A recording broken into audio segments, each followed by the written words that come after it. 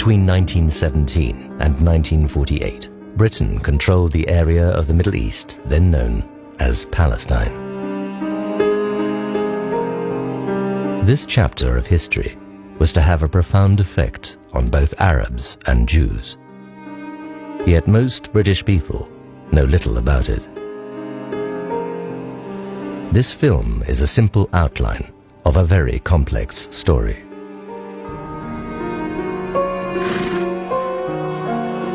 So what took Britain to Palestine in the first place? For centuries, the region had been ruled by the Ottoman Turks. But when the First World War broke out in 1914, the Turks allied with Britain's enemies, Germany, and the other Central Powers. Palestine and the Middle East were regarded as highly strategic to the British Empire because of oil, and also because the Suez Canal controlled the sea route to India. The Middle East was now under the control of Britain's enemies, so Britain considered it vital to defeat the Turks and gain control for the Allies. In 1917, General Allenby and his troops advanced across southern Palestine, and in December they captured Jerusalem. By the following year, all of Palestine had come under British control. Her troops were to remain there for the next 30 years.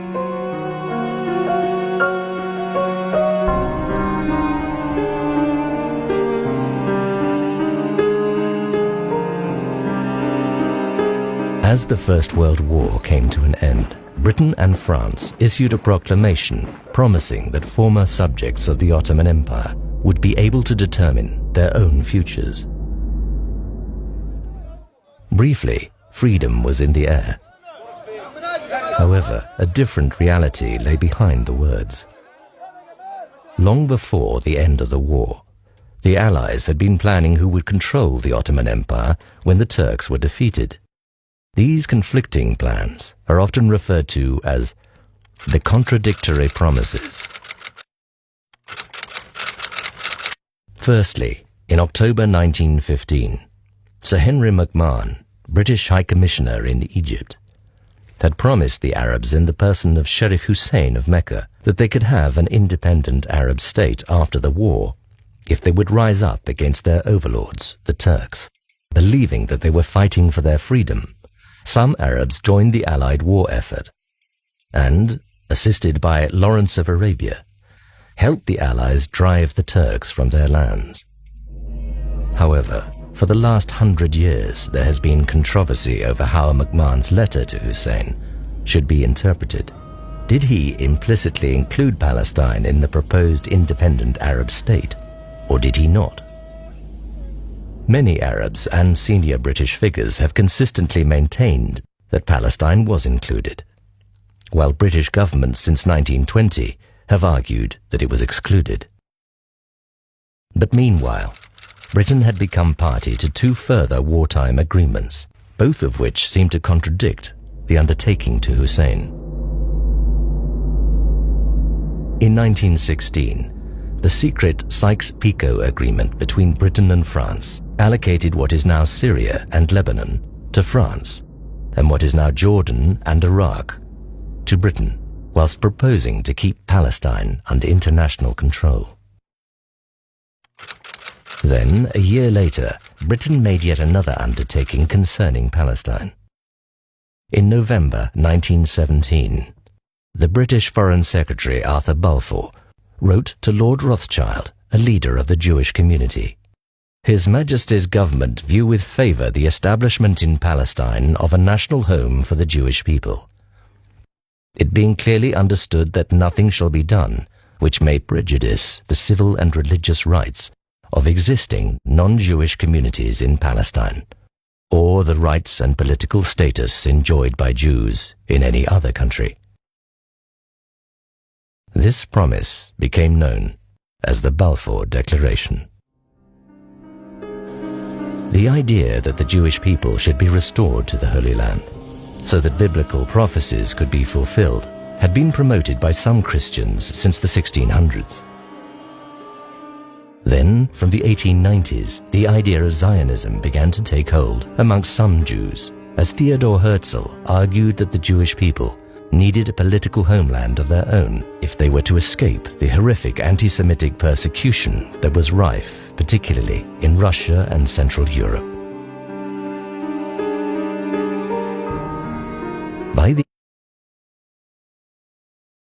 By Jews in any other country.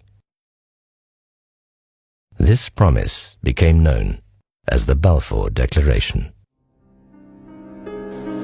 The idea that the Jewish people should be restored to the Holy Land so that biblical prophecies could be fulfilled had been promoted by some Christians since the 1600s. Then, from the 1890s, the idea of Zionism began to take hold amongst some Jews, as Theodor Herzl argued that the Jewish people needed a political homeland of their own if they were to escape the horrific anti-Semitic persecution that was rife, particularly in Russia and Central Europe. By the early 1900s, Herzl's successor, Chaim Weizmann, saw Britain as the power with the global influence to make the Zionist goal a reality. So he set out to convince leading politicians that the Jewish people needed a homeland in Palestine, where they had deep spiritual and historical bonds. The Balfour Declaration was the result. Why did the War Cabinet respond to Zionist pressure in this way? Foreign Secretary Balfour was one of the highly placed Christians in British society who believed that the Jewish people should be restored to the Holy Land. Prime Minister Lloyd George, who also came from a restorationist background, dreamt of putting Israel back on the map. Yet, at the same time, there were strategic calculations for issuing the Balfour Declaration. At this desperate point in the European conflict, the War Cabinet hoped that the promise of a Jewish homeland would win the Allies the sympathies of Jews and their supporters worldwide. However, the British government did not consult the people then living in Palestine about its plans to create a Jewish homeland there. 90% of the population of Palestine were Arabs, who lived together with a small Jewish community. Palestine had been predominantly Arab in culture and language for many centuries. Yet, in private, Balfour wrote, "In Palestine, we do not propose even to go through the form of consulting the wishes of the present inhabitants." The major powers were now committed to Zionism, which he described as being of far profounder import than the desires of the Arab inhabitants. The Balfour Declaration simply stated that the civil and religious rights of the non-Jewish population should not be prejudiced.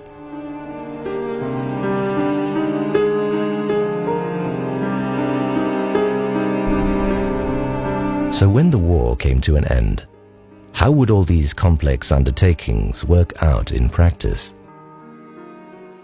As the Western powers met in Paris to negotiate the peace settlement, Sharif Hussein sent his son Faisal to make sure Britain's promise of independence for the Arabs was not forgotten. But instead, the newly formed League of Nations handed control of Palestine to Britain. Under the terms of the League of Nations' mandate for Palestine, Britain was required to implement the Balfour Declaration by supporting the creation of a Jewish national home, and at the same time, to prepare the people of Palestine for eventual self-government. The League of Nations stated that mandatory powers held a sacred trust to ensure the well-being and development of people in their care. What happened to the other areas that Sharif Hussein anticipated would gain independence?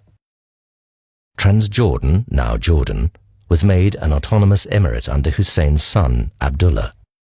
In the same way, the new kingdom of Iraq was given to his brother, Faisal. These were the rewards Hussein received for his loyalty to the British war effort, but they did not include Syria or Palestine. Angry Arab crowds soon massed in Jerusalem, denouncing the Balfour Declaration and demanding the self-determination that had been promised by Britain and France in 1918. Having made conflicting promises, Britain now had to face up to their consequences. She had created a contradiction. Just how unworkable this situation was, it took her 30 years to accept. Both communities, Jews and Arabs, believed they had been promised the land. As the Zionists swiftly began to implement their objectives, the Arabs were the first to conclude they had been deceived. Riots broke out in 1920. In 1921, there was even greater violence as Arabs attacked Jews and the British tried to regain order. After a period of relative calm, mutual suspicion between the Arab and Jewish communities flared up again in 1929 and rapidly escalated into mob violence with horrific consequences. 133 Jews and 116 Arabs were killed. Britain's response was slow and inadequate. Calm was finally restored by a show of British force. Meanwhile, the Jewish community was forging ahead under the umbrella of the British Mandate, securing major economic concessions and establishing its own elected assembly and institutions of government. The Arab majority, on the other hand, felt left behind economically and politically. To be granted democratic representation, they were effectively required to accept the Balfour Declaration. But the Arabs rejected this, fearing that a Jewish national home would lead to the creation of a Jewish state in their land. For their part, the British feared that an elected Arab majority would oppose Jewish demands for land and immigration. And so they held back the democratic progress they were supposed to foster under the Mandate. Britain was upholding the first part of the Declaration, to establish a home for the Jewish people. But the second undertaking in the Declaration, to protect the rights of the Arab population, proved to be hollow. Arab alarm grew still further in the 1930s, when increasing numbers of Jews sought sanctuary in Palestine as the spectre of anti-Semitism grew in Nazi Germany. As more and more land passed into Jewish hands, the sense of Arab dispossession grew. By May 1936, Palestine was in open rebellion, and it was not just Jewish communities who were being attacked, it was the British too. Increasingly losing control, the British authorities resorted to ruthless methods to put down the revolt, including hangings, house demolitions, and the use of civilians as human shields. For a period, British and Jewish men fought the Arabs jointly in a counter-insurgency force known as the Special Night Squads. By 1939, the rebellion was suppressed, leaving the Palestinian leadership weakened for years to come. To try to address the underlying deadlock between Arabs and Jews, London had responded with a succession of inquiries and commissions through the 1930s. Their dilemma was that any attempt to placate one community would provoke the anger of the other. At a loss for a solution, the Peel Commission of 1937 proposed to partition Jews and Arabs into two states. But Arab opinion, led by the vehemently anti-Zionist Grand Mufti of Jerusalem, Amin al-Husseini, denounced any idea of conceding territory to Jews as unthinkable. However, as Europe slid towards war, the British government changed course. The government white paper of 1939 abandoned partition and proposed that in 10 years Palestine would become independent, representatively governed by Arabs and Jews. Controls were now put in place over how many Jews could immigrate to Palestine and how much land could pass into Jewish hands. For the first time, Arabs were to be given a say over Jewish immigration. The reason Neville Chamberlain's government swung in favor of Arab opinion at this point was the prospect of war. London feared that in a global conflict, the Arab world might turn against Britain, whilst the support of Jews would be guaranteed in view of their persecution by the Nazis. Jewish opinion immediately condemned the White Paper as an act of British betrayal and a retreat from the Balfour Declaration. There was fury that Jewish people would be restricted from finding sanctuary at their hour of greatest need. Nevertheless, Britain upheld the limits on Jewish immigration into Palestine right through the war. As refugees fleeing the Holocaust were arrested trying to enter Palestine, or were even sent back to Germany, as in the case of the Exodus, the Jewish community turned against Britain and the mandate. Sections of Jewish opinion became increasingly militant and violent, and Britain suffered heavy losses from terrorist atrocities. In February 1947, Foreign Secretary Ernest Bevin stated that Britain was referring responsibility for the Palestinian problem to the United Nations. By September, as the situation continued to worsen, Britain announced that she would terminate her mandate for Palestine in May 1948.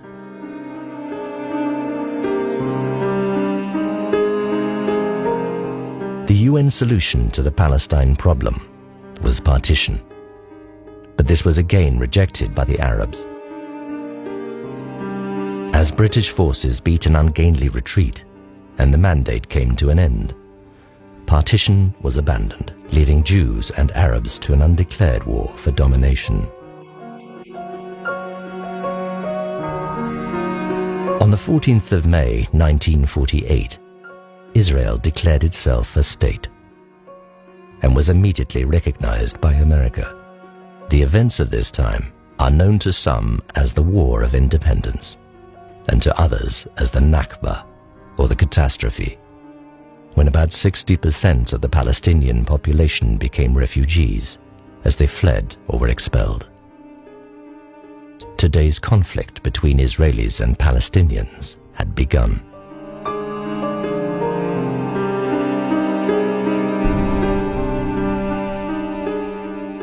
Britain's direct involvement in Palestine ended in 1948.